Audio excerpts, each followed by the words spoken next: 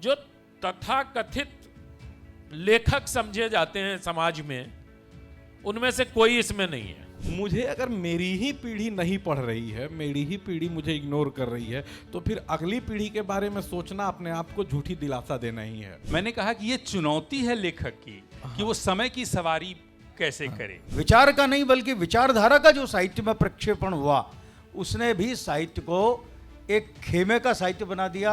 शक्ति लगने के बाद लक्ष्मण को गोद में लेके रोते हैं भगवान, तो लगता है कि मेरे भाई के साथ भी ऐसा हो तो यही स्थिति मेरी होगी। ये क्यों नहीं सोचते कि पाठकों के काम की चीज लिखो। ये सत्र तो साहित्य का गोलमेज है, तो गोलमेज में तो कोई संचालक होता नहीं है ना। 1930 में एक गोलमेज सम्मेलन हुआ था, और उस गोलमेज सम्मेलन के बाद 2025 में ये गोलमेज सम्मेलन हो रहा है। तो वो राजनीति का गोलमेज था।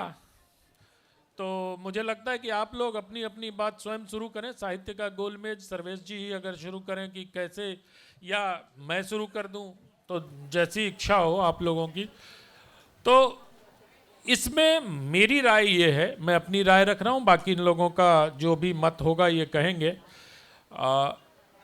साहित्य का गोलमेज से हमारा मतलब, मैं जितना समझ पा रहा हूं वो ये है कि साहित्य में चल क्या रहा है इन दिनों।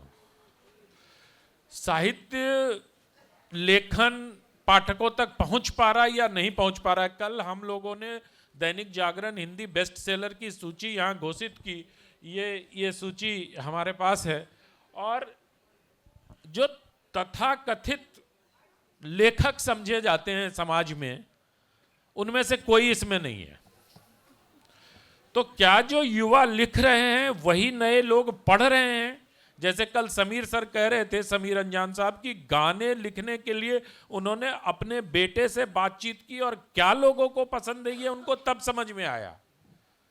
तो क्या, मुझे तो लगता है इस सूची को जब देखता हूं और बाकी जगहों पे जब बात करता हूं, लोग जब कहते हैं मुझे रॉयल्टी के, विनोद कुमार सिंह जी को अगर रॉयल्टी के 175 रुपए मिलते हैं साल भर के, निर्मल वर्मा इतना बड़ा साहित्यकार और उनकी समग्र कृतियों का अगर प्रकाशक साल भर में 1 लाख रुपया देता है, और दूसरी तरफ कंचना सर्कस जैसा विश्वास पाटिल एक उपन्यास लिखते हैं, उनको 25 लाख रुपया अग्रिम रॉयल्टी मिलती है, तो साहित्य की स्थिति तो तत्पुरुष जी बड़ा गोलमाल जैसी स्थिति है। सही मनोज जी कह रहे थे अभी, ये साहित्य में गोलमाल चल रहा है।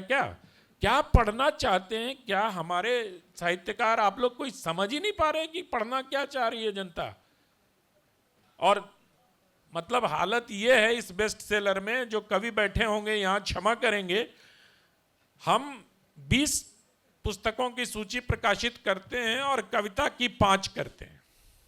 इसके अलावा कुछ मैं नहीं कहूँगा, क्योंकि वो सूची स्वयं सूचक है इस बात का कि कविता के पाठक हैं, नहीं हैं, कम हैं, अधिक हैं। तो जो नीलसन है वो कहता है कि हमें तो 10 किताब तक पहुंचने में संघर्ष करना पड़ता है, क्योंकि हमने बिक्री का एक मानक सेट कर रखा है कि इतने किताबें बिकेंगी तभी वो सूची में आएंगी।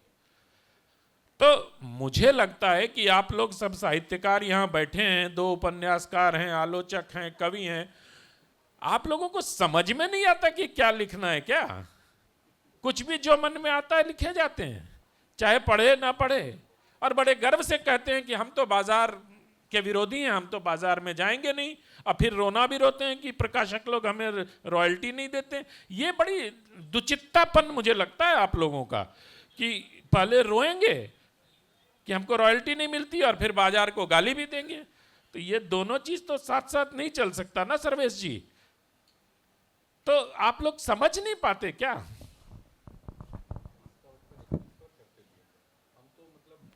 बुतरू हैं। मेरी पहली किताब अरे तो बुतरू ही तो असली जानकारी तो बुतरू ही देगा ना, क्योंकि बुतरू की 2 किताब बेस्ट सेलर सूची में आ गई है ना? लेकिन फिर भी प्रश्न इतना भारी है ना कि मैं चाहूंगा कि पहले रत्नेश्वर सर को सुन लिया जाए। या आप लोग जो क्या भी लिख आप रहे हैं? देखिए, ये बहुत ही फ्री विलिंग चर्चा है। इसमें हाँ। जिसको जब मन हो हस्तक्षेप करिएगा, ये स्ट्रक्चर्ड चर्चा नहीं है। बहुत धन्यवाद। बिहार संवादी दैनिक जागरण की तरफ से लगातार हो रहा है और बहुत सफल रहा है बिहार में। तो मैं बहुत धन्यवाद देता हूं कि इस बार मुझे साहित्य पर बोलने के लिए बुलाया गया है। वैसे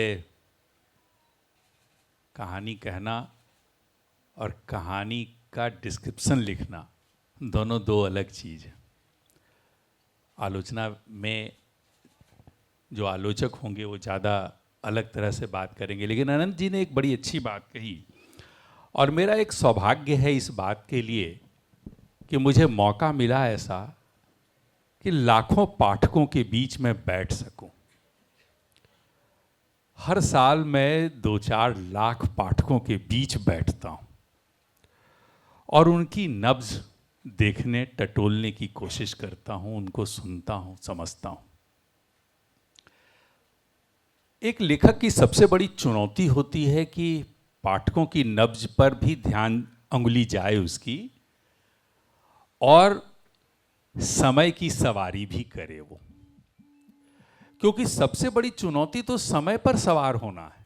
दिनकर जी एक जगह कहते हैं कि देखें किसकी कितनी पंक्तियां काल के गाल से बच पाती हैं।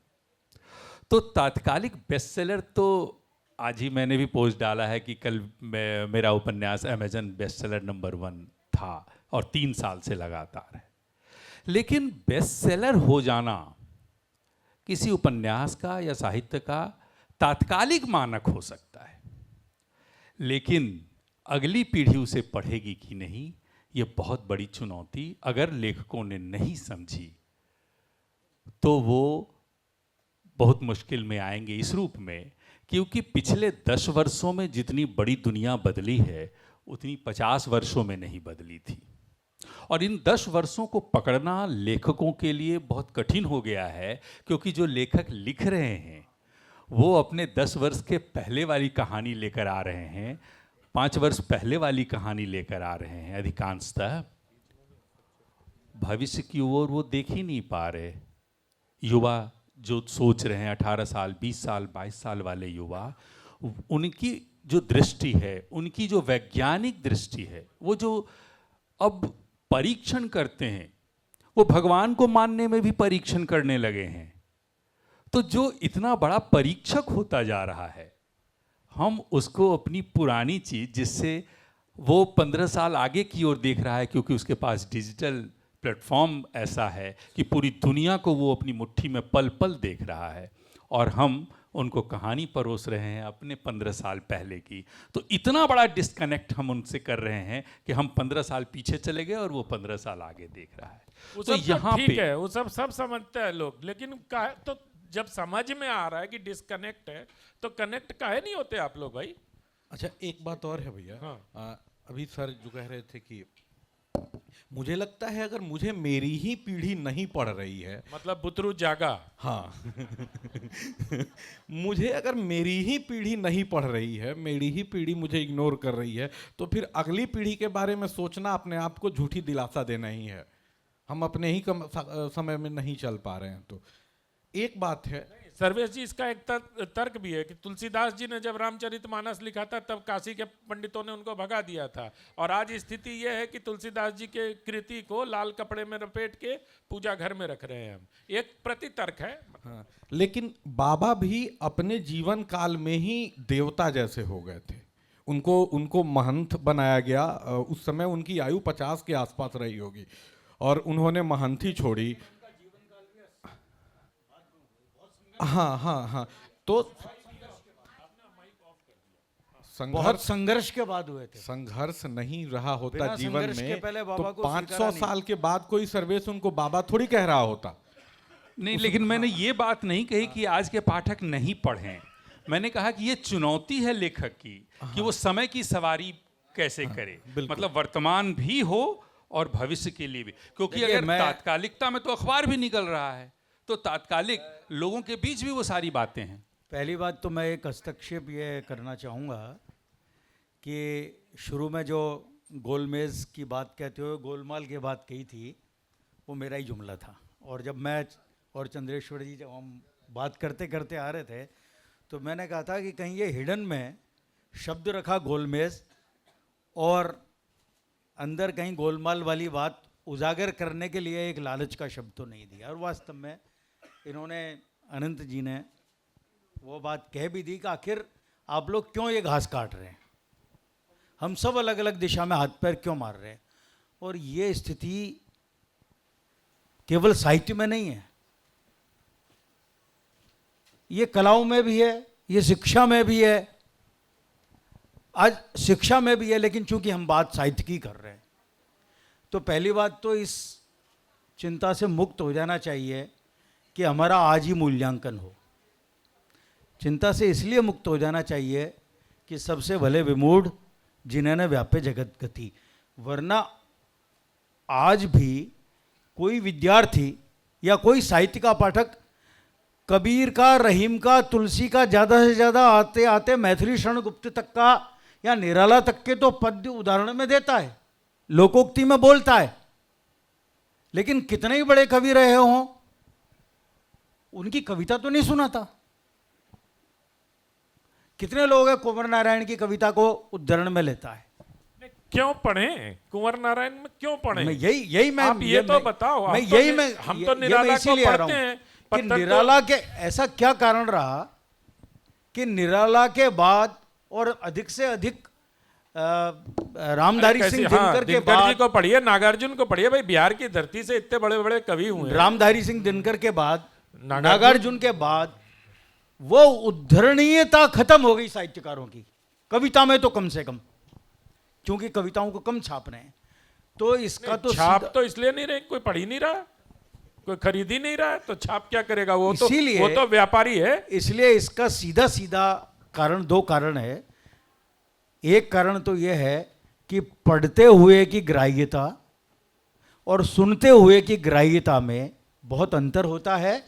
और ये बात धीरे धीरे, जब जो हमारी पूरी परंपरा श्रव्य माध्यम पे आधारित थी कि आप बात बात में सुना सकते हैं, गा के सुना सकते हैं, पढ़ के सुना सकते हैं, इस अंतर को जब तक महसूस नहीं किया जाएगा कि अब उसको सुनने के लिए नहीं है साहित्य, कविता सुनने के लिए नहीं है, कविता पढ़ने के लिए है। अब पोइम ऑन द पेज जब सामने आ गई तब वो पहली लाइन भी पढ़ सकता है और बाद की 10वीं लाइन भी पढ़ सकता है, फिर एक पेज पलट सकता है। सुनते हुए के पास ये सुविधा नहीं है। सुनते के लिए तो उस क्रम में, असेंडिंग ऑर्डर में जो सुनाया है वही सुनेगा, फिर बाद में नहीं कहेगा नहीं नहीं छठी लाइन पहले जो पहले बोली थी वो वापस सुनाइए। इसलिए कविता में यह अंतर जो आया है वो उसके स्ट्रक्चर के कारण, उसका जो काव्यात्मक गठन जो बदला है। तो सबसे पहले तो हमको ये समझना पड़ेगा, इसलिए आज कविता में जटिलता आई है। आप कहते हैं कि सुनने में नहीं आती है। नहीं सर, मैं थोड़ा सा इंदुशेखर जी आपसे असहमत हूँ। आप कविता में जटिलता, तो अगर निराला की राम की शक्ति पूजा देखें तो वो कविता भी बहुत जटिल है ना। लेकिन अब भी कई ऐसे मित्र हैं जिनको राम की शक्ति पूजा पूरा कंठस्थ है। दिनकर की भी कई कविताएं बहुत जटिल और दुरूह मानी जाती हैं। वो छंद के कारण है ना, बाबा कारण है। बाबा की कई कविताएं, लेकिन बाबा की कविताओं में अब जैसे बहुत दिनों तक चूल्हा रोया चक्की रही उदास, बहुत दिनों तक कानी कुतिया सोई मेरे पास। अब दिनकर की कविताएं लोग कोट करते हैं और बहुत हद तक एक पंक्ति जो अरुण कमल जी ने कही है वो भी कोट होती है। हालांकि उन्होंने अपनी विचारधारा पर ही कुठाराघात कर दिया कि सारा लोहा उन लोगों का अपनी केवल धार, मतलब उन्होंने वामपंथ के बारे में ये कविता लिखी, ऐसा मेरा मानना है कि सारा लोहा किसी और का था, हमने तो धार लगाया और चला दिया। तो क्या ये धार ने ही नुकसान पहुंचाया है?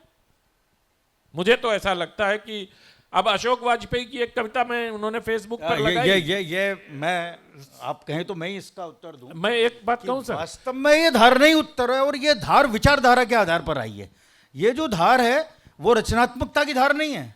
ये पिछले 40 साल में, विशेषकर 50 साल में, निराला के बाद की पीढ़ी में, और नागार्जुन का भले हमने नाम लिया, लेकिन नागार्जुन के बाद से ही ये एक जो परंपरा विचारधारा को साहित्य का मुखौटा लगाकर परोसने की जो बात आई, अब खाली विचार के लिए आई, तो वो जो धार लगाने की प्रवृत्ति आई, तो धार के लिए तो फिर उसका प्रतिपक्ष भी तैयार होगा। धार से तो धार कटेगी। इसलिए ये जो विचारधारा का, विचार का नहीं बल्कि विचारधारा का जो साहित्य में प्रक्षेपण हुआ, उसने भी साहित्य को एक खेमे का साहित्य बना दिया, एक कंपार्टमेंट का साहित्य बना दिया, हथियार बना दिया। और जो श्रृंगार साहित्य की चित्त की वृत्तियों का श्रृंगार होना चाहिए था, वो केवल विद्रोह के लिए हो गया, केवल युद्ध के लिए हो गया, केवल अपने प्रतिपक्षी पर आक्रमण करने के लिए हो गया। तो साहित्य की जो ये उपादेयता बदली, जो प्रयोजनीयता बदली, इसने भी साहित्य को केवल एक विशेष समूह का हथियार बनाया। और ये जो साहित्य का हथियारीकरण हुआ है, इसने भी प्रश्न चिन्ह लगाया।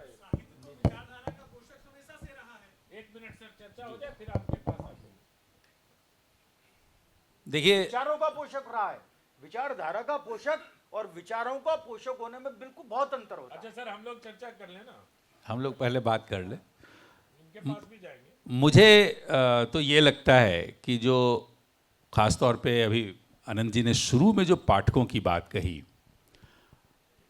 उसमें मैंने लगातार जो अध्ययन किया और पाठकों से संवाद किया, जिन लाखों लोगों पाठकों की बात मैंने कही, तो उनके मन में एक बात जरूर आ रही थी लगातार, उन सभी पाठकों में, और वर्षों में ये बातें निकल कर आ रही थी, हर साल निकल कर आ रही थी, कि वो लगभग वही चीज़ घूम फिर कर पढ़ रहे हैं। उनको कुछ भी ऐसा नया नहीं मिल रहा कि वो साहित्य के प्रति आएँ, पढ़ें और साहित्य को उस पर उनका ध्यान जाए, वो खींचे उनको आकर्षित करके रखे।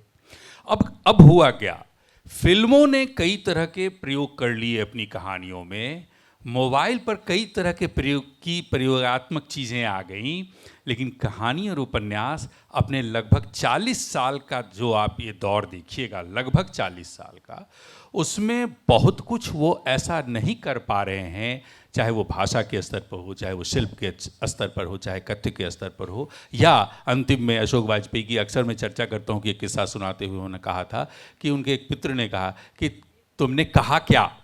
तो अंतिम में जब पूरी कहानी हो गई तो क्या कुछ ऐसा कह पाए जो पहले नहीं कही गई है। तो पाठक मूर्ख नहीं बैठा हुआ है, वो लगातार उन्हीं चीज़ों को, पहले मोबाइल नहीं था, वो ट्रिंग ट्रिंग फ़ोन बजता था, और आज ये मोबाइल की घंटी बज रही है और हेलो हाय मोबाइल पर हो रहा है।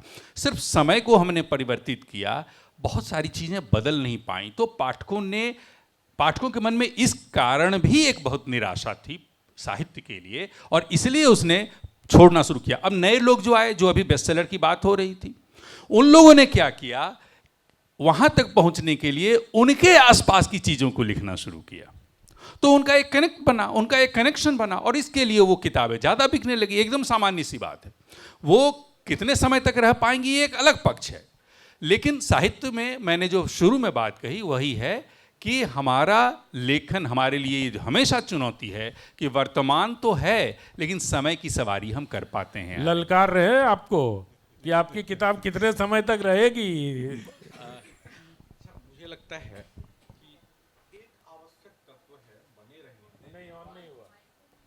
बने रहने के लिए सकारात्मक होना, और इसको दूसरी तरह से न लिया जाए। एक लंबा समय रहा है पीछे जब लेखन लगभग नकारात्मक हो गया था। जैसे दलित विमर्श है, उसका लक्ष्य दलित उत्थान होना चाहिए, न कि सवर्ण विरोध, लेकिन वो लंबे समय तक सवर्ण विरोध रहा।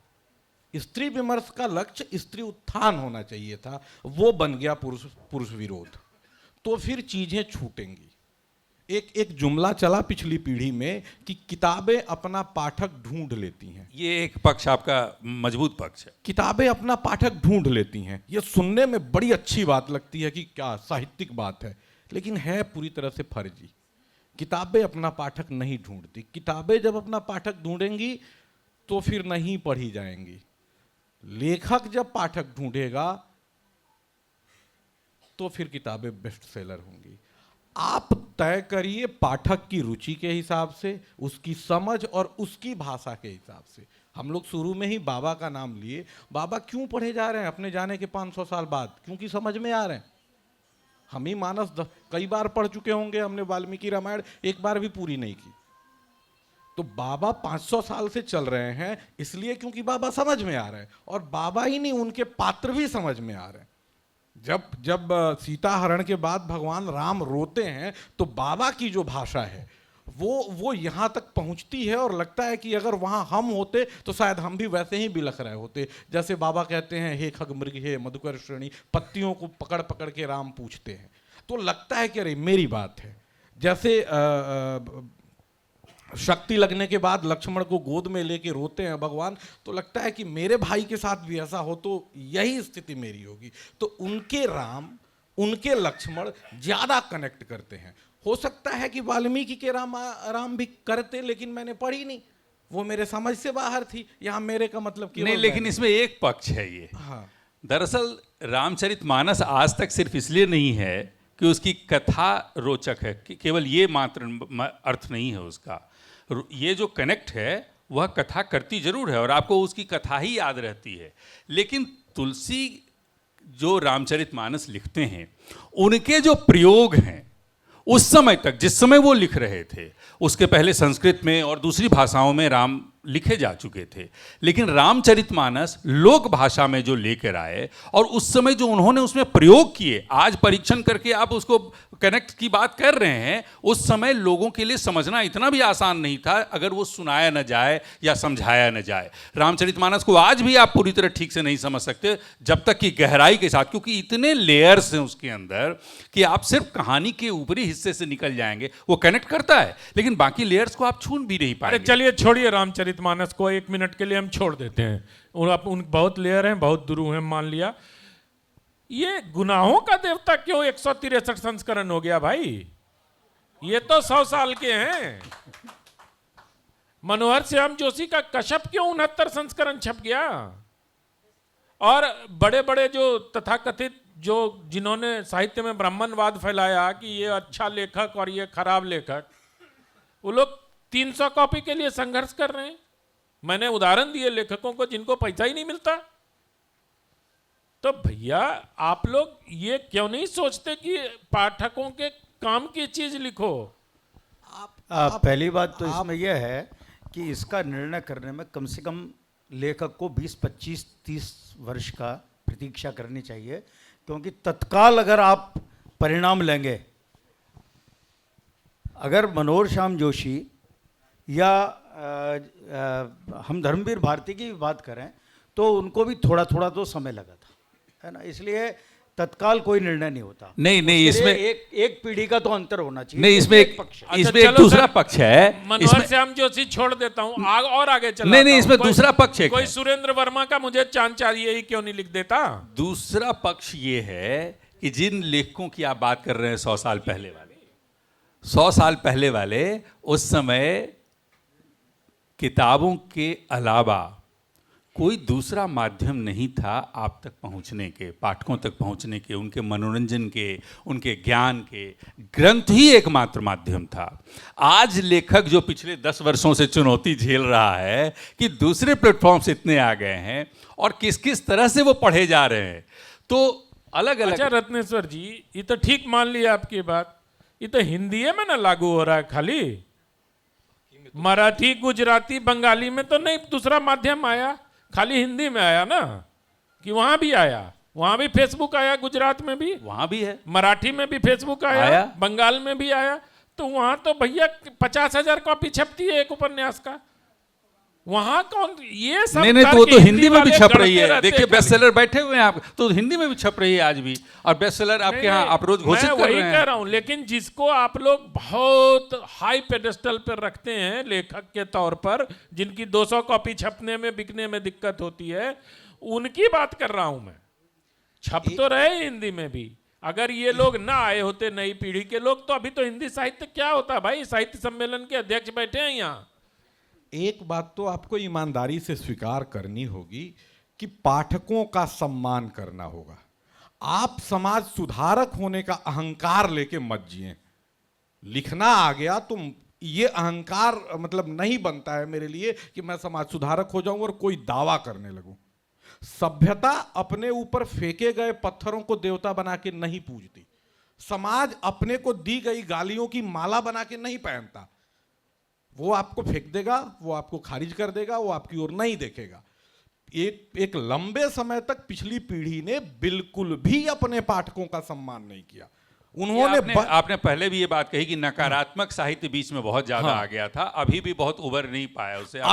अभी भी अहंकार के साथ ये बात कही जाती है। इसका वो एक- लोग नहीं, भैया बहुत सही पूरा बात। कर लेने दीजिए। अभी भी बड़े अहंकार के साथ ये बात कही जाती है, और वही 300 से नीचे वाले लोग कहते हैं कि मैं इनके लिए नहीं लिखता। मेरे पाठक तो एकदम यूनिवर्सिटी में बैठे हुए हैं, प्रोफेसर हैं, ये बात ठीक। ऐसे खारिज करेंगे आप मैं पाठक यही को, तो बात पाठक कहना आपको चाह रहा करेगा। मैं यही बात कहना चाह रहा था कि विशेषकर जो आलोचना के क्षेत्र में विश्वविद्यालयों के और जो तथाकथित लेखक हैं, उन्होंने भी इसको बहुत बर्बाद किया है साहित्य को आम जनता में पहुंचने में। ये बिल्कुल मैं स्पष्ट कहना चाहता हूँ। और दूसरा एक जो मैंने जिसकी ओर संकेत किया था, अभी एक जुमला खूब चलता है कि साहित्य सत्ता का प्रतिपक्ष होता है। ठीक है, ये तो पत्रकारिता के लिए कहा नहीं, जाता है। नहीं, साहित्य के लिए तो बहुत कहा जा रहा है। साहित्य के लिए तो इतना कहा जा रहा है, अभी पिछले कई वर्षों में ये बात आई आपकी है। बात सही है। अभी लेकिन नहीं है। पटना शहर के एक कवि हैं अनिल विभाकर जी, हाँ, है ना, उन्होंने कुंभ को लेकर एक कविता लिख दी है। अब उस पर एक खास लोग जो गिरोह है वो टूट पड़ा है कि कविता में कुंभ कैसे आ सकता है। और ये आज की बात नहीं है, आप याद करिए, आपको तो याद होगा कम से कम, निर्मल वर्मा ने जब कुंभ पर एक टहनी लिख दी थी तो निर्मल वर्मा साहित्य से खारिज कर दिए गए थे। बिल्कुल कर दिए थे। कितना घिनौना है ये। मैं कुंभ पर लिख के खारिज हो जाऊं, मैंने शिखा रख ली है तो मैं खारिज हो जाऊं, ये सब मैं केवल इसलिए छोड़ दूं कि ताकि 150 के भीतर मुझे आना है। ये भैया मैं 10,000 लेके प्रसन्न क्यों नहीं रहूंगा? पूरा छुआछूत है। और ये पिछले फिर 50 वो मेरा साल से चयन क्यों हो? ये विचारधारा के आधार पर जो छुआछूत, तो जो वो प्रतिपक्ष की जो बात थी, अब आप देखिए कितनी बात गहरी है कि सत्ता का प्रतिपक्ष का मतलब आज जो कुर्सी पे बैठा है। अरे भाई, सत्ता केवल जो शासन कर रहा है उसी की सत्ता नहीं होती है, आर्थिक सत्ता भी होती है। क्या आर्थिक सत्ता का धार्मिक सत्ता भी होती है? सत्ता का मतलब राज्य सत्ता ही नहीं होती है, सत्ता पत्रकारिता की भी सत्ता होती है। क्या इन अरे सबका लेखक की प्रतिपक्ष नहीं होगा होती क्या? है, लेखक की भी तो लेखक सत्ता की भी होती है। सत्ता होती हाँ, है। ये कहो मैं ना। वही आ रहा हूं, लेखक की सत्ता होती है। इसीलिए जो आज प्रतिपक्षी की सत्ता है वह भी सत्ता, इसलिए वह प्रतिपक्षी हमने सत्ता तो नहीं है, वह उपसत्ता है। वह उपसत्ता है। साहित्य का एक काम बात- तत्काल एक बात और परिवर्तन है। कराना नहीं होता। सत्ता विहीन केवल जनता है। जिसको राजनीतिकीकरण के तहत विरोधी दल का नेता कहा जा रहा है, वो सत्ता विहीन नहीं है, वो सत्ताच्युत नहीं है, वो उपसत्ता है। देखिए, वो भी अच्छा, सत्ता के सत्ता साथ- का मैंने- विरोधी होना अगर प्रतिपक्ष होने तक की बात रहती तब भी ठीक था। नहीं, मैं हम नाम रखूं। राजनीति पर न जाइए, आप साहित्य पे हाँ, रहिए। साहित्य में भी बहुत विरोधी दल के नेता हैं। इंदु शेखर तत्पुरु जी भी हो सकता है एलओपी साहित्य के हो। मैंने एक कुएं की सफाई देखी थी एक गांव में। तो गर्मी के दिनों में जब काफ़ी गर्मी होती है तब फिर कुएं का लेयर काफ़ी नीचे होता है, तो उसकी सफाई मैंने देखी। पानी पूरा जो भी बचा हुआ था उसको निकाला गया और फिर उसके नीचे जो गाद बैठा हुआ था उस गाद की सफाई हुई। उसके नीचे कुछ उन्होंने जाल जैसा लकड़ी उकड़ी का डाला हुआ था पहले से, और वहाँ जब सफाई हुई उसके बाद साफ धोती के कपड़े से उसको पोंछा गया पूरा। इतनी सफाई हुई। और उसके बाद ये होते होते लगभग 3-4 बज गए होंगे। दूसरे दिन सुबह मैंने देखा कि वापस उसमें पानी भर गया है। तो उसके जो स्रोत हैं वो सीधे दिखाई नहीं पड़ते। साहित्य का काम भी यही है, समाज में वो लाना, वो जीवंतता लाना, नई दृष्टि देना जो सीधे दिखाई नहीं पड़ता। वो कुएं की पानी की तरह, तालाब के पानी की तरह हमेशा लबालब भरकर आपको पानी उपलब्ध कराता रहेगा। तत्काल सत्ता परिवर्तन तो उसका मकसद हो भी नहीं सकता। नहीं, ये सब सुनने में बड़ा अच्छा लगता है रत्नेश्वर जी की साहित्य समाज के लिए खाद पानी लाता है, दृष्टि देता है। लेकिन अब आप एक ही दृष्टि समाज को अगर 35 साल से देते रहेंगे तो पाठक छोड़ न देगा आपको। रामचरितमानस से तो आज पूरा भारत चल रहा है, देखिए। नहीं, उसी के एक आधार पर- रामचरितमानस की बात आप ना करें। रामचरितमानस के लोकप्रिय होने की बहुत कारण है। मैं तो अभी समकालीन साहित्य की बात कर रहा हूं जिसमें कि हम 200 कॉपी बेचने में असमर्थ हैं। क्या हिंदी समाज वैचारिक रूप से पठनीयता के स्तर पर इतना दरिद्र है? मैं तो बहुत कठोर शब्दों में आप लोगों को कहता हूं कि क्या हम इतने दरिद्र हो गए कि हम 200 कॉपी नहीं बेच पाते हैं? और ये मैं किसी व्यक्ति पर नहीं कह रहा हूं, ये पूरी प्रवृत्ति है हिंदी साहित्य में। आज कोई प्रकाशक आवृत्ति लिखता नहीं है अपने उस पर। और आप पुराने जमाने के दिनकर जी के कुरुक्षेत्र से लेके हुंकार से लेके रसवंती, और दिनकर जी क्यों, अभी जयशंकर प्रसाद बिकने लगे हैं फिर से। उनका आंसू संकलन था, जिसको हिंदी गजल की पहली किताब कही जाती है, रिप्रिंट होके बिक रहा है। तो क्या हिंदी साहित्य में, आप लोग के पास एक सवाल छोड़ता हूं कि जिस तरफ हिंदी फिल्मों में री रिलीज का दौर आ गया है, क्या हिंदी साहित्य में भी पुनर्प्रकाशन का दौर आना चाहिए कि पुराने लोगों को छाप छाप के नए तरीके से नई साज सज्जा के साथ बेची जाए, जैसा अभी प्रेमचंद के साथ हो रहा है? अच्छा, मजा ये भी है भैया कि जो वो 300 क्लब है, उसको 150 क्लब कहें, 150 क्लब है, वो हम जैसे नए लड़कों को तो खारिज करते ही हैं, जयशंकर प्रसाद को भी खारिज करते हैं, प्रेमचंद पे भी बोला जाता है। तो वो नया आदमी हो या पुराना हो, जो पढ़ा जा रहा है उसी को खारिज करेंगे। प्रेमचंद भी खारिज होंगे, प्रसाद भी खारिज होंगे, दिनकर की रचनाओं को भी स्तरहीन बता दिया जाएगा। अच्छा बस वही है जो केवल 150 लोग पढ़ रहे हैं। तो ये अहंकार टूटे उनका, और जो उनके अहंकार को पोषण जहां से मिल रहा है। एक्सपायरी डेट कुछ दशकों की रहती है, जब तक वे जीवित हैं। अच्छा, या विश्वविद्यालयों में बैठे हुए हैं या किसी हमारा जीवन तो बीत जाएगा ना सर बिना हिंदी के नायक को देखे हुए। हमारे समय में न कोई बाबा है न कोई दिनकर है, तब तक हम पुराने नायकों से काम चलाएंगे। नहीं, नायक हमेशा तो होते नहीं है, हमें बार बार तो नायक आते नहीं है, नायक को बनने में भी समय लगता है। और संस्कृत में भी कहा गया है कि वो कालिदास भवभूति प्रवृत्ति द्वित्रा पंचशावा महाकवियो भवंती, कि 2, 3 या 5, 7 एक समय में नायक होते हैं। द्वित्रा व पंचशा, उसमें जो मुहावरा है 2, 3 या 5, 7 ही नायक होते हैं। तुलसीदास के समय में भी एक जगह कहीं मैं पढ़ रहा था कि लगभग 1400 कवि लिख रहे थे पूरे देश में, और रसखान और ऐसे कुछ लोगों को हम याद कर पाते हैं, बाकी कहाँ चले गए कुछ पता नहीं।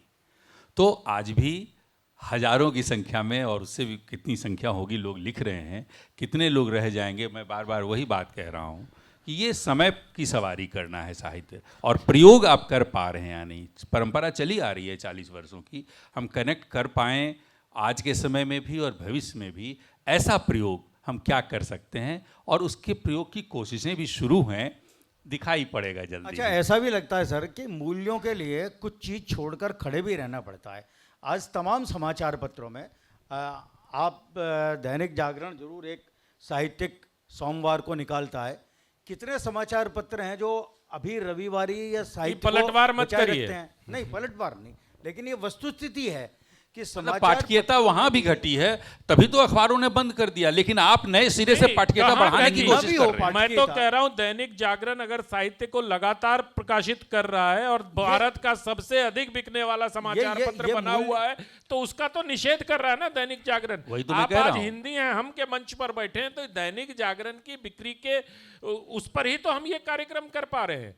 तो ऐसा नहीं है कि पाठकीयता नहीं है। मूल्यहीनता के कारण बाकी के लोगों ने कितने मूल्य पकड़े हुए हैं, आपने मूल्य पकड़ा है, ये अच्छी बात है। मैंने एक और बाकी के समाचार आरोप लगाता हूं, मैं एक और आरोप लगाता हूं आप लोगों पर, चूंकि गोलमेज है, आप सब लोग बेईमान हैं, आप लोग साहित्यिक बेईमानी करते हैं, आप किसी के पूरे समग्रता में उनके लेखन को सामने नहीं आने देना चाहते हैं। बिहार की धरती से एक लेखक हुए शिवपूजन सहाय जी, है ना, मंगल मूर्ति जी ने उनके शानदार आलोचक हुए हैं वो। अच्छा, उनके बारे में कौन उनका नाम लेता है? क्यों?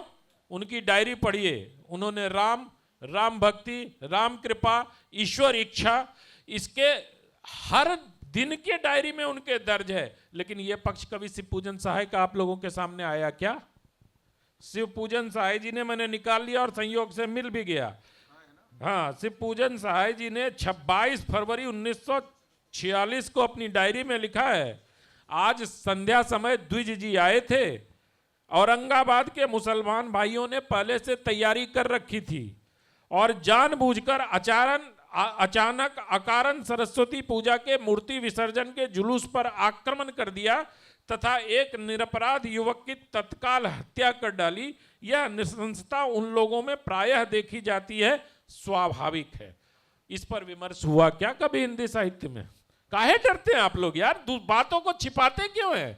निराला जी अगर हिंदुत्व के बारे में कल्याण में तुलसी अंक में लिखते हैं तो उनकी रचनावली में वो रचनाएं नहीं आती। प्रेमचंद के हिंदू मन, प्रेमचंद ने उर्दू से क्यों भाग गए? लोग कहते हैं उर्दू के भी थे, हिंदी के भी थे। अरे भाई, उन्होंने अपनी डायरी में लिखा है, अपने मित्र दया कृष्ण निगम को बताया है कि मुसलमानों ने उनको चिट्ठी लिख के कहा कि अब यहां नहीं आओगे, और उन्होंने लिखा है कि उर्दू में लिखने का अब फैज नहीं रहा। तो आप लोग तो बेईमानी करते हैं भाई साहित्यकारों के साथ, समग्रता में निश्चित रूप से बेईमानी हुई है। एक और उदाहरण देता हूं इस बेईमानी का, बहुत रोचक उदाहरण है। सुभद्रा कुमारी चौहान को हम सब केवल एक कविता के कारण जानते हैं, कुछ कविताओं के कारण जानते हैं। पहली बात तो ये बताया ही नहीं जाता कि वो बहुत अच्छी कहानीकार भी थी।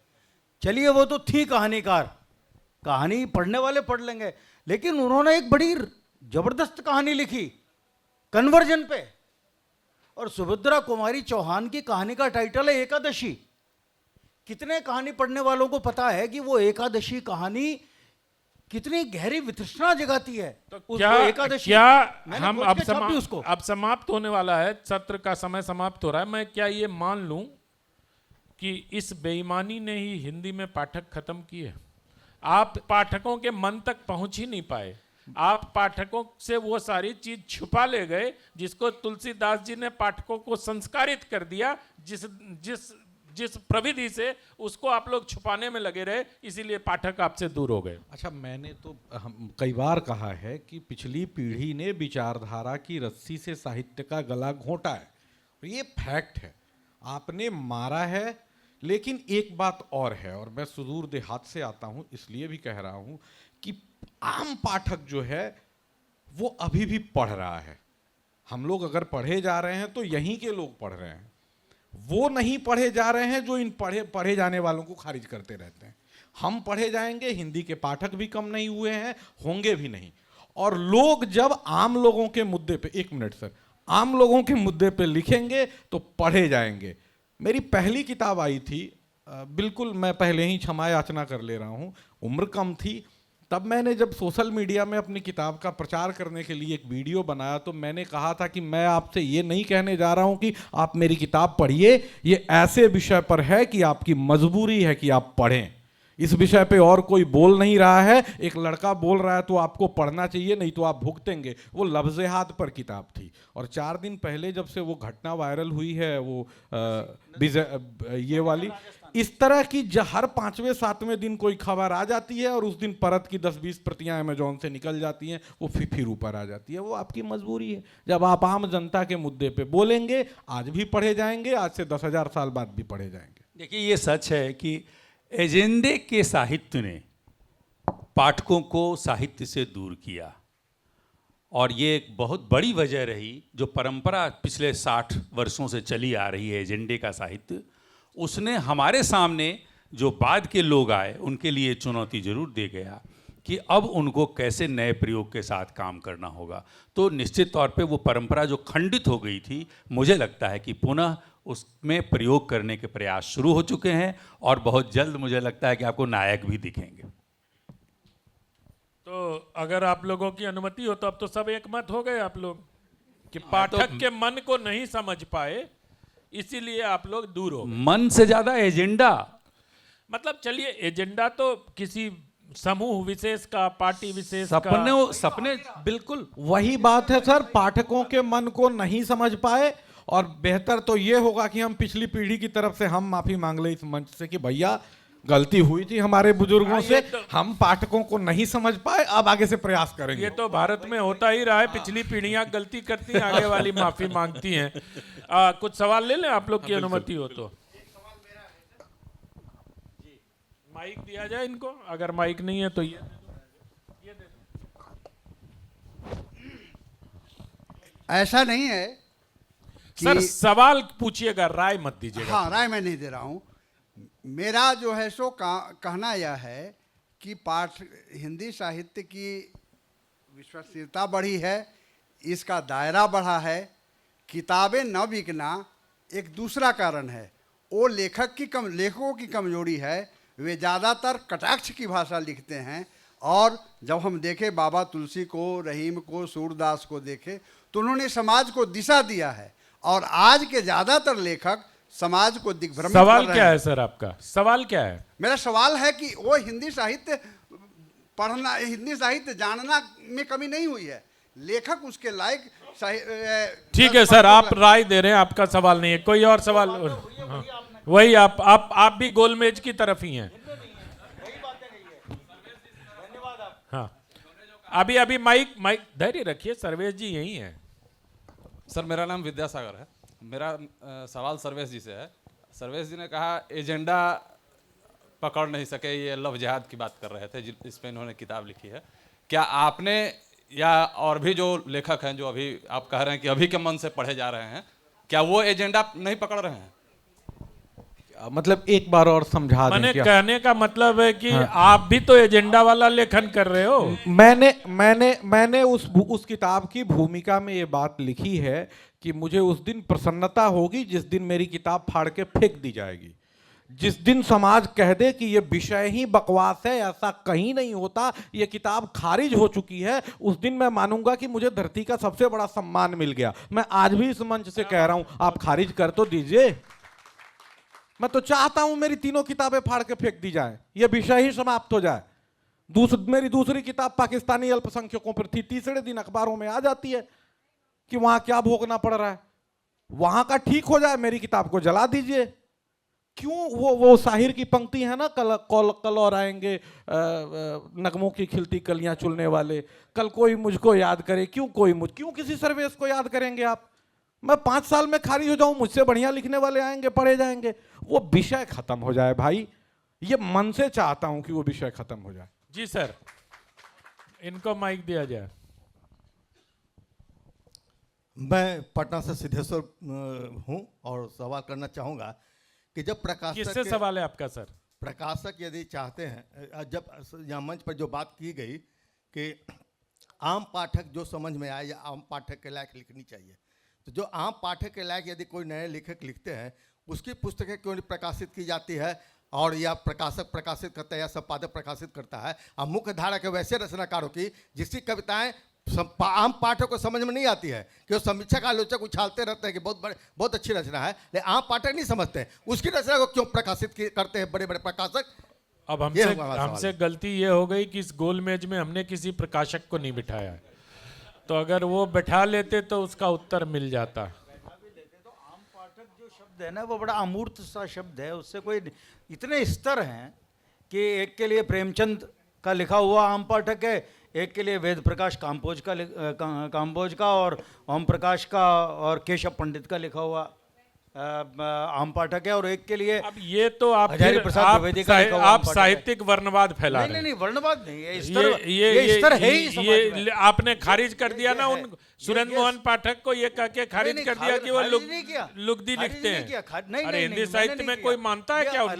अलग अलग स्तर है पाठकों के। एक अखबार में जो छपती है कहानी, उसका स्तर है।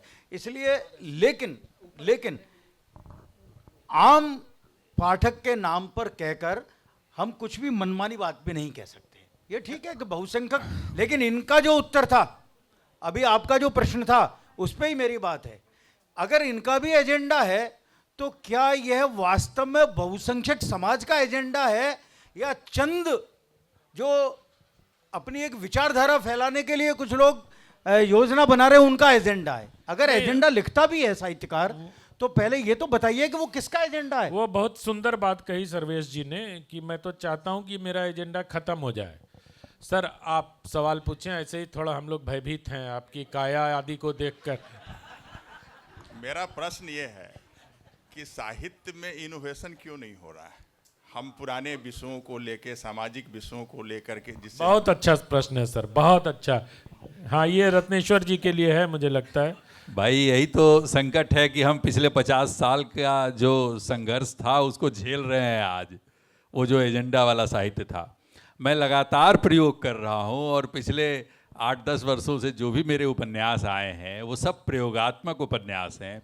सर हिंदी की बात करिए, पूरा अपनी बात कह के नहीं निकलेगा। नहीं, मैं हिंदी तो कहीं कल किसी एक लेखक से भी तो बात शुरू होगी। कल समीर जी ने किस्सा सुनाया ना कि आत्म प्रशंसा क्या है। नहीं, आत्म प्रशंसा की बात में नहीं कर रहा, मैं प्रयोग कर रहा हूँ, ये कह रहा हूँ कि मैं प्रयोग कर रहा हूँ जो आपने और अनेक लोग कुछ ऐसे हैं जो प्रयोग कर रहे हैं, अभी आप उन पर ध्यान इसलिए नहीं दे पा रहे हैं क्योंकि एजेंडे वाला प्रभाव इतना ज़्यादा है कि अभी तक आपको उनसे पहले वाले प्रेमचंद और दिनकर तक ही आप रुके रह जा रहे हैं, बीच वाले को आप पढ़ ही नहीं रहे। तो उसके बाद जो जिन लोगों ने प्रयोग शुरू किया, प्रयोग की धारा शुरू हो चुकी है, उदय प्रकाश से लेकर के अनेक लोगों ने कई तरह के प्रयोग किए हैं, अलग अलग प्रयोग, अलग अलग स्तर पर।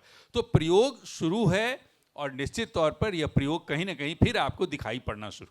ब्रजेश जी, मेरा प्रश्न रत्नेश्वर जी से है। आपने कहा कि जब से एजेंडा राइटिंग होने लगे, साहित्य में एजेंडा बेस्ड लेखन होने लगा, तब से साहित्य का अवमूल्यन हुआ है। ऐसा कौन सा दौर था जब एजेंडा लेखन नहीं हुआ? क्या रामधारी सिंह दिनकर ने एजेंडा लेखन नहीं किया? उनका एजेंडा सत्ता का विरोध था। क्या प्रेमचंद्र ने एजेंडा का लेखन नहीं किया?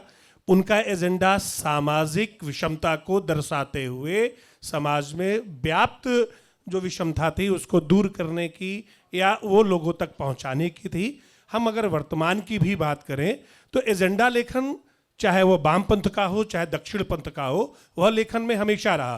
तुलसीदास जी के लेखन में भी एजेंडा रहा हमारी सांस्कृतिक परिवेश को बताने का।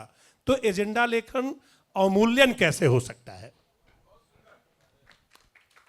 एजेंडा की बात जो मैंने कही, जो पिछले 50 वर्षों में 60 वर्षों में साहित्य रचा जा रहा है, तो ये एजेंडा पाठकों का एजेंडा नहीं था, देश का एजेंडा नहीं था। वो एजेंडा कुछ खास लोगों का था जिसने उसे कहीं और ले जाने के लिए हमारे मस्तिष्क को बदलने की कोशिश की। जैसा आजकल कुछ मीडिया पर भी इस तरह का कई सवाल खड़े होते हैं। तो हम जो पूरा देश जिस एजेंडे पे, भारत की आज़ादी को अगर आप देखें तो आप वो कोई एजेंडा आप उसको नहीं, वो तो मानस की बात थी, पूरा देश यही चाहता था और उसको लेखकों ने अपनी रचना में लाया, उनको और प्रेरित करने का काम किया। उसको आप एजेंडा नहीं कह सकते। एजेंडा होता है कि आप कुछ नहीं जानते उसके बारे में, हम लेकर आ गए। अभी अमेरिका से कुछ क्या क्या फंड वंड की बात होने लग गई है कि भारत में कुछ चुनाव बदलने और क्या क्या करने। ये एजेंडा होता है कि खास तरह से जो मानस नहीं समझ रहा है, हम उसके मन को बदलने का प्रयास करें अपने एजेंडे के जरिए। और इस पे विश्वविद्यालय भी साथ हो गए थे, पूरा कब्जा था एक तरह से, और इसी एजेंडे में काम होकर आप कोर्स में भी वही पढ़े जाने लगे, पीएचडी भी उन्हीं पर होने लगी आप। लेकिन पाठक नहीं पढ़ रहा था उनको। आज भी दिनकर की कविताएं गांव-गांव में, दिनकर को आलोचकों ने नहीं बचाया, आलोचकों ने खारिज किया, वामपंथी आलोचकों ने खासतौर पर दिनकर को खारिज किया। बाद में आप वामपंथी आलोचकों ने जब देखा कि वो हार गए तो दिनकर पर बड़ी बड़ी आलोचना की किताबें आने लग गई। लेकिन क्यों जिंदा रह गए दिनकर? क्योंकि पाठकों की मन स्थिति की बातें थी उनके मन में। उनकी 4 पंक्तियां मैं बताता हूं, आप उससे समझिए। बड़ी कविता की जो इस भूमि को सुंदर बनाती है, जिसकी कविता भूमि को सुंदर नहीं बनाती वो बड़ी कविता नहीं है। बड़ी कविता की जो इस भूमि को सुंदर बनाती है, बड़ा वह ज्ञान जिससे व्यर्थ की चिंता नहीं होती, बड़ा वह आदमी जो जिंदगी भर काम करता है, पुरस्कार और किसी एजेंडे के लिए काम नहीं करता। बड़ा वह आदमी जो जिंदगी भर काम करता है, बड़ी वह रूह जो तन से बिना रोए निकलती है। देखिए, एजेंडा का एक बहुत अच्छा उदाहरण है, नाम लेके कहता हूँ। राजेंद्र यादव ने हंस के माध्यम से पूरी तरह एजेंडा करके और साहित्य को बर्बाद किया। ये मैं स्पष्ट रूप से कहता हूं।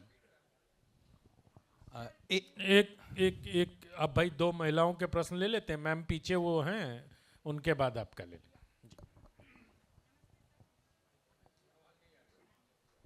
नमस्ते सर, मेरा नाम कंचन है। मेरा क्वेश्चन है कि अगर हम कहानी लिखना चाहते हैं तो अपने मन के विचारधारा को देखते हुए या फिर पुराने विचारधारा को देखते हुए या फिर समाज को देखते हुए लिखना चाहिए, या फिर सर आज के डेट में जितने भी साहित्य आ रहे हैं या फिर जितनी भी किताबें लिखी जा रही हैं उस पर एक औरत की कहानी क्यों नहीं लिखी जा रही है, और औरत को जिस तरह से दबाया जाता है, किस तरह से उसको उजागर करना चाहिए, उसके ऊपर वो कहानी क्यों नहीं लिखा जाता है? मुझे लगता है कि मैं इसका संक्षिप्त उत्तर दे देता हूँ। आपके मन में विचारधारा नहीं होती, विचार होते हैं। आप अपने मन के विचार पर लिखो, वही श्रेष्ठ रचना है। और औरतों को दबाने का हिम्मत अब किसमें रह गया है मेरी बहन। जी मैम, कहाँ गई वो? नमस्ते सर, मेरा एक प्रश्न है। अभी अभी हंस के संपादक राजेंद्र यादव का नाम लिए। मैं हंस में कहानियाँ पढ़ती हूँ, बहुत अच्छी कहानी है, उसमें एजेंडा का तो कहीं नामो निशान नहीं है। एजेंडे की सफलता यही है ना, यही सफलता है कि आपको पता ही नहीं चलता कि एजेंडा कहाँ है। मुझे कहानी ये यादव जी की सफलता है। अच्छा भाई, चलिए वो हम सबके कहानी में प्रिय रोचक कहानी, होना अब उनको चाहिए। बख्श दिया जाए। एक बात मृत्यु हो गई। एक बात याद आई है भैया, आधा मिनट। 2017 की एक घटना है, शर्मा जी का देहांत हुआ था, वेद प्रकाश शर्मा जी का। और ये लेखकों के लिए एक बड़ी बात थी। किसी अखबार ने छापा था कि वो इतने करोड़ की संपत्ति अपने बच्चों के लिए छोड़ के गए हैं। उसी दिन पंडित श्याम नारायण पांडे जी की पत्नी की भी तस्वीर वायरल हुई थी, जब वो कोटा, वो राशन की लाइन में लगी हुई थी बलिया में। पांडे जी स्थापित साहित्यकार थे, ये जीवन भर इनको खारिज किया गया था। उनकी पत्नी राशन की, फ्री वाली राशन की लाइन में लगी थी। हम लोगों ने लिखा था सोशल मीडिया में कि भले जीवन भर शर्मा जी को खारिज करते रहे, सम्मान नहीं दिया, उनके बच्चे कभी उस लाइन में तो खड़े होने नहीं जाएंगे। तो क्या एक बार फिर सोचने की ज़रूरत नहीं है कि ये सर्टिफिकेट या ये जो और सारी चीज़ें होती हैं, खारिज करने वाले तमाशे, इनका कोई मूल्य है भी? मुझे लगता है कि बात निकलेगी तो बहुत दूर तक जाएगी, और अगले सत्र का समय भी हो गया है।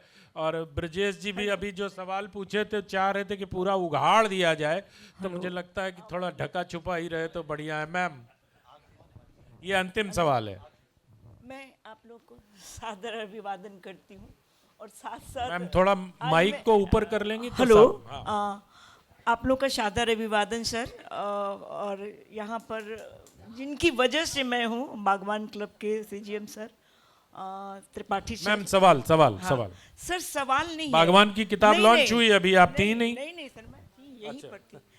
मेरे कोई सवाल नहीं है सर, एक जिज्ञासा है।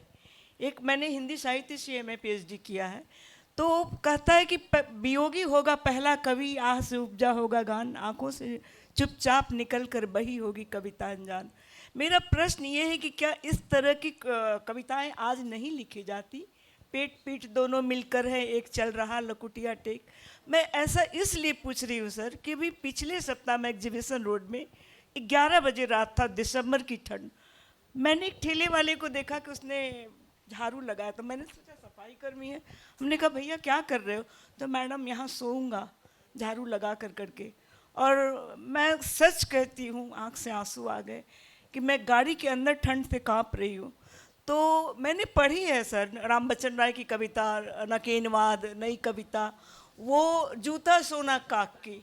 अब हमको नहीं लगता है कि यहाँ कोई से दर्शक बता सकेंगे कि इसका मीनिंग क्या है। जूता सोना काक की मतलब जूते और सोने की दुकान अगल बगल है। और हाँ, मतलब ये प्रश्न है मेरा सर, जिज्ञासा है, प्रश्न। अरे आप तो स्वयं हिंदी साहित्य में एमए पीएचडी हैं, आपको कौन बताएगा ऐसी कविता लिखी? आपकी संवेदना इतनी उच्च स्तर की है, आपके ये सवाल पूछ रहे है ना। चलो खत्म करो।